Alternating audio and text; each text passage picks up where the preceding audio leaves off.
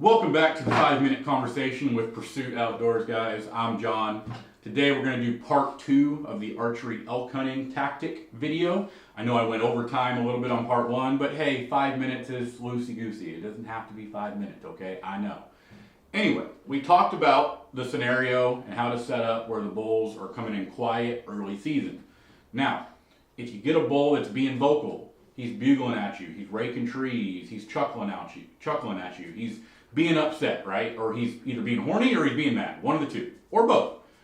When you get a bull like that coming in, it changes a little bit. You're still going to give him some cow calls. You're still going to give him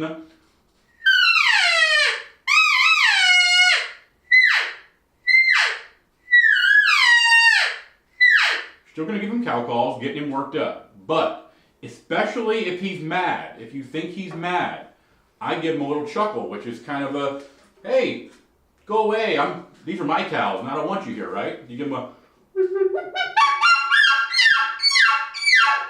just a little bit. You don't have to do a bunch, just give him a little bit. And that usually will piss him off. Now, if he's way down the canyon and he's sounding out a big long bugle, a lot of times I'll just give him a little back. I'll give him a,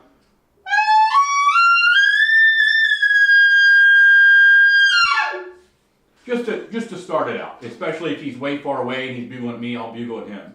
But when he gets closer, I don't bugle at him a bunch. I just chuckle at him.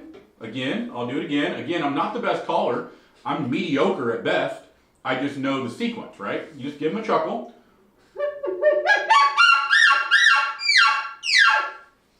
Especially if he's coming in and he's already kind of wanting to be there. You give him the chuckle. You give him a little.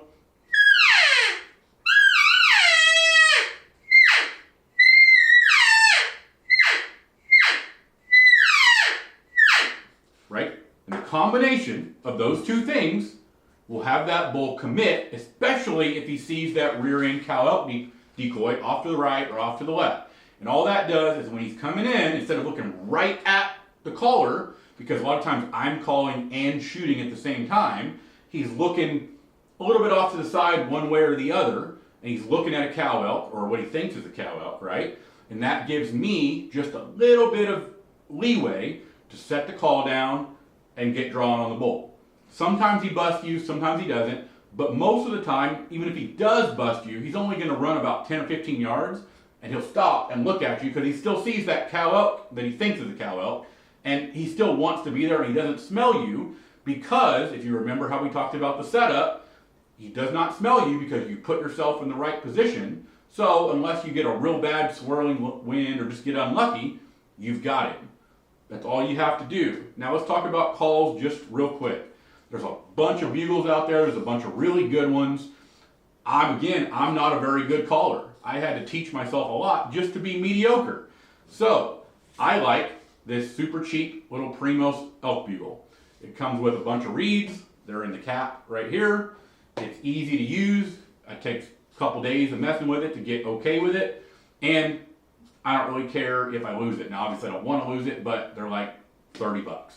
So if I can smack trees with it, I can throw it in the pack, I can get it bent, I can do whatever, it's fine, and I can make halfway decent sounds with it that work to get the bull killed. So this is my personal bugle that I use. There's ones that are way better out there, but those are for people that are better callers than me. Again, just not a very good caller. I'm working on it, okay? I'm working on it. I've got it good enough to get elk killed. Cow elk calls. I use Carlton reed calls. This is a bull getter. There's also a smaller one than this. I use them in conjunction to sound like a couple different elk. They just make different pitches of the same sounds. That's all I use. I carry 2 of these and that bugle in the pack. And sometimes when I get a bull killed, I've never even pulled the bugle out of the pack. I would say more than half the bulls I've killed on public land in the mountains, I've only used this cow elk call. And it's all about getting set up in the right spot and making the right sound before you do anything else. You don't need to bugle at them. You don't need to walk around the mountains just sounding out bugles, hoping to get an answer. I know a lot of guys do that. I'm not saying that doesn't work. I'm saying that if you understand where the elk are going to be, and you just put yourself in the right position quietly and safely, and by safely I mean without blowing your wind into the canyon, without blowing your thermals into the canyon, you will get bulls with just this. That's all you need.